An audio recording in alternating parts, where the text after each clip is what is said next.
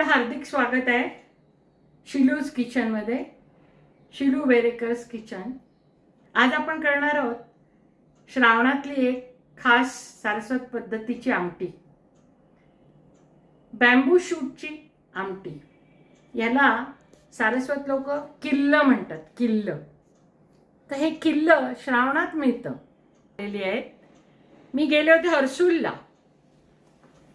फार सुंदर मिनी काश्मीर म्हणता येईल असं हे गाव आहे. त्याच्या पुढे एक बिलकसवाडी म्हणून एक खूप सुंदर धबधबा आहे. खूप धबधबे आहेत तिथे. आणि तिथून येताना घाटात ही भाजी मला मिळाली. एवढे मोठे मोठे असे दांडे असतात, त्याची सालं काढून साफ करावी लागतात ती.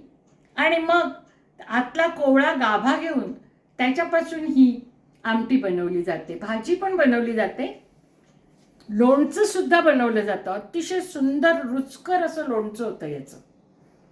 आणि थोडेसे जे जून असतात त्याची आपण आमटी बनवतो. कोवळे असतात त्याचं लोणचं आणि भाजी बनवू शकते. तर आपण आज आमटी बनवणार आहोत. थोडेसे जून जे घेतले होते मी, त्याचे मी फोड्या केल्या, कापलेत ते.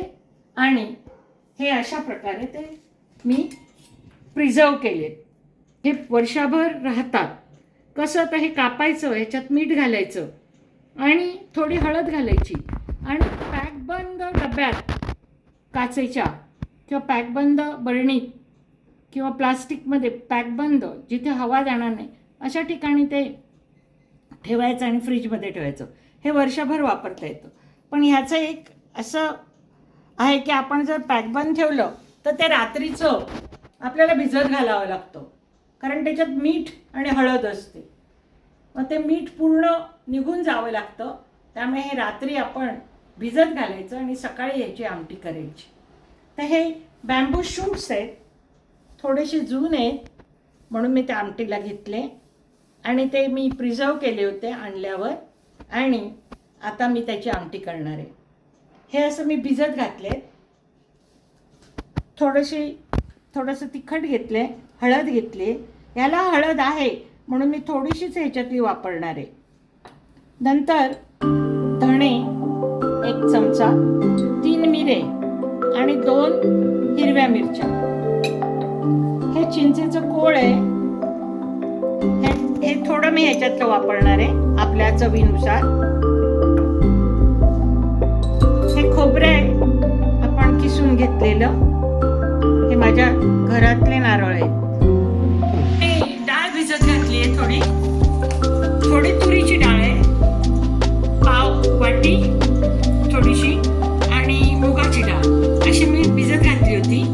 ती डाळ मी आता ही कुकरला लावणार शिजवायला. त्याच्यामध्ये मी ह्या हिरव्या मिरच्या घालणार आहे आणि थोडंसं मीठ मी घालणार आहे. परंतु मीठ घालताना जरा सांभाळून घालावं, कारण याच्यात आपण मीठ लावलेलं आहे याला, मीठ आणि हळद. त्यामुळे इथे मीठ थोडं कमी घातले. आता हे मी कुकरला लावणार आहे. ह्याच्यानंतरची आपण पाहणार आहोत की हे खोबरं, ही विदाऊट कांदा लसूण अशी ही आमटी आहे. ही श्रावणात आपण करतो. ह्याच्यात 3 मिऱ्या आणि धणे मी टाकते वाटायला.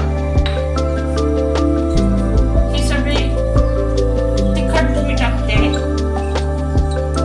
आणि थोडीशी हळद कमी घालते, कारण ह्या किल्ल्याला आपण हळद लावलेली, त्यामुळे थोडीशी हळद घालते.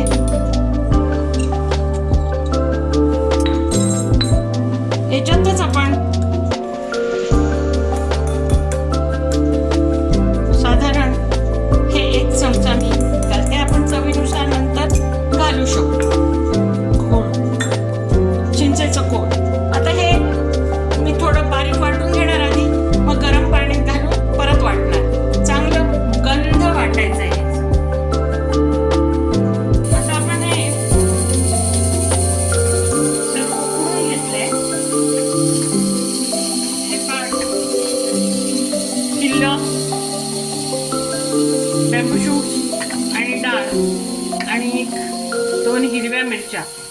असं आपण कुकरमध्ये घालून उकडलं आणि हे वाटून तयार आहे. आपण जो मसाला काढला होता तो. आणि एक इन्ग्रेडियंट मी सांगायला विसरले, ते म्हणजे तिरफळं. ही तिरफळं आपण ह्याच्यात घालणार आहोत आणि त्याच्यानंतर उकळल्यानंतर आपण थोडंसं ह्याच्यातलं खोबरेल तेल वापरणार आहोत. कच्चे घाणिका तेल खोबऱ्याचं. आता हे आम्ही उकळायला ठेवलं आहे. ही अशी डाळ एकदम चांगली शिजवली आहे आपण. आता आपण हा मसाला ह्याच्यात घालणार.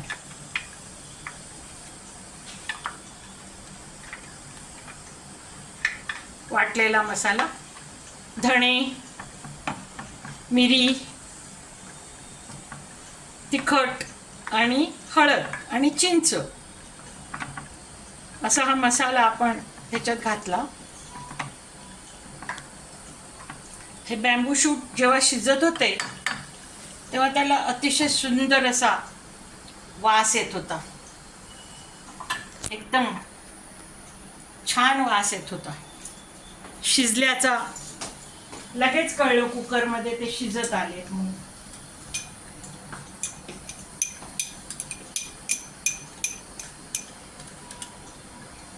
आपण हे थोडंसं धुवून घेतोय राहिलेला.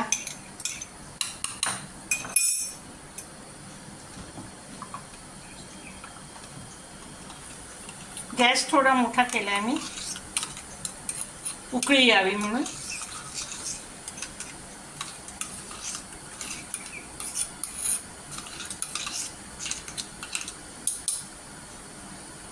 आपल्याला पाहिजे तितकं कन्सिस्टन्सी याची आपल्याला ठेवायला मिळते. थोडं जाडसर हवं तर जाडसर पण करता येतं. थोडं पातळ हवं तर आपण त्याप्रमाणे पाणी घालू शकतो. हे अशा प्रकारे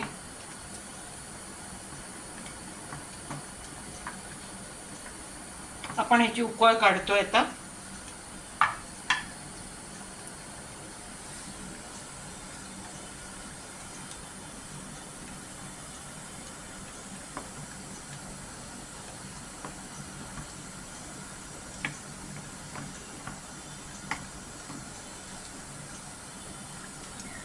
रंग छान आलाय पहा.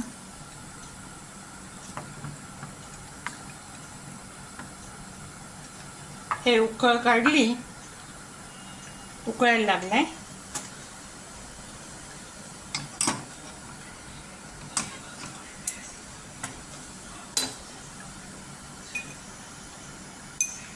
ह्याच्यात आता आपण हे तिरफळ घालणार आहोत, एक 10-12.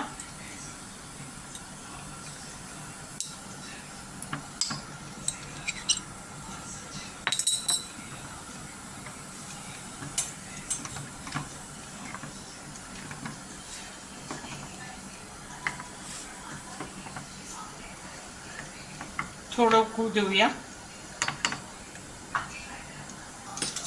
थोडंसं हे जाडसर वाटतंय मला, म्हणून मी आणि थोडं पाणी ॲड करते.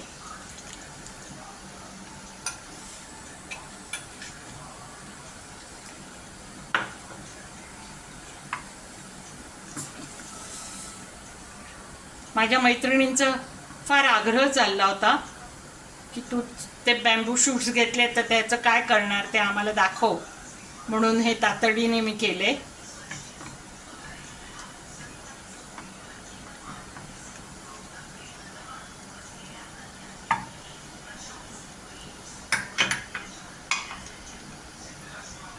छानपैकी वरती येते ते.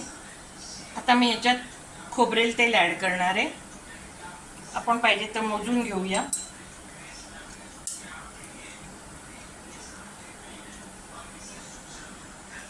ह्याच्यात कांदा किंवा काहीच घातलेलं नाही आपण. लसूण, कांदा, फक्त खोबरं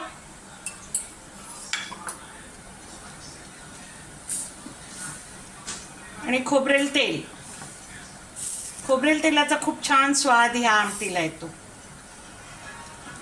कशी झाली आहे ते बघू आपण. ह्याचं मीठ पाहिजे आहे मला, म्हणून मी थोडं खाऊन बघते.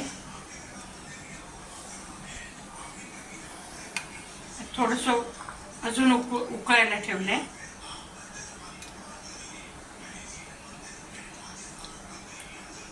मस्त तिखट आणि त्याचा स्वाद पण छान आलाय बॅम्बू शूटचा. एकदम मस्त छान झालंय. तुम्ही नक्की करून बघा. श्रावणात हा प्रकार छान लागतो भाताबरोबर. Thank you very much. Please like, subscribe and share. Thank you very much.